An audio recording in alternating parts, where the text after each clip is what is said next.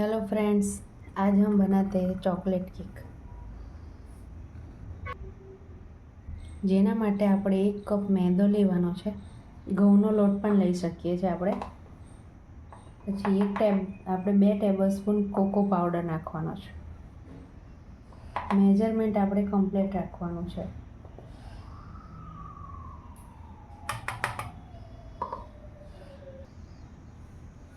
આપણે 1 ટેબલસ્પૂન અહીં baking powder લેવાનો છે અને 1/4 આપણે ટેબલસ્પૂન બેકિંગ સોડા લેવાનો છે। આપણે આ બધા ડ્રાય ઇન્ગ્રેડિયન્ટ્સને ચાળી લેવાના છે। અડધો કપ અહીં મેં ગોળનો પાવડર અને ખાંડને પીસીને અડધો મિક્સ લીધી છે, અડધો કપ। આપણે અડધો કપ અહીં દૂધ નાખવાનું છે, નોર્મલ રૂમ ટેમ્પરેચર પર।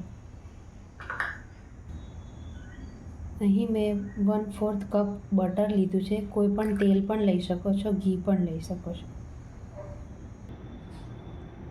અહીં અડધી ચમચી મેં કોફી લીધી છે અને 1 ચમચી આપણે મિલ્ક પાવડર લેવાનો છે। મિલ્ક પાવડર અને કોફી ઓપ્શનલ છે, તમારે નાખવી હોય તો નાખવાની, ના હોય તો પણ ચાલે। હવે આપણે આ મિશ્રણને થોડો થોડો કરીને આ મેદાનું મિશ્રણ બનાવ્યું છે આપણે એને એડ કરવાનું છે।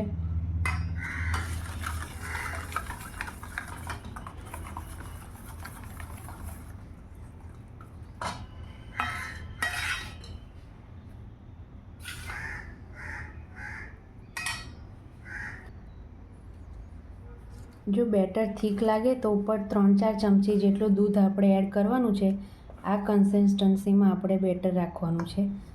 આપણે થોડુંક હવે અડધી ચમચી જેટલું વિનેગર એડ કરીએ છીએ, જેમાં કેકમાં કંઈ ખટાશ નહીં આવે પણ એકદમ સોફ્ટ બનશે આપણી કેક।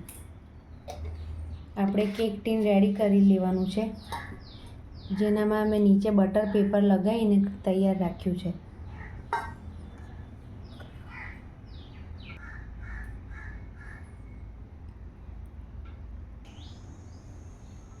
આપણે બેટર નાખ્યા પછી ટીનને આમ સેટ કરી દેવાનું છે, જેથી બેટર સરખું બેસી જાય।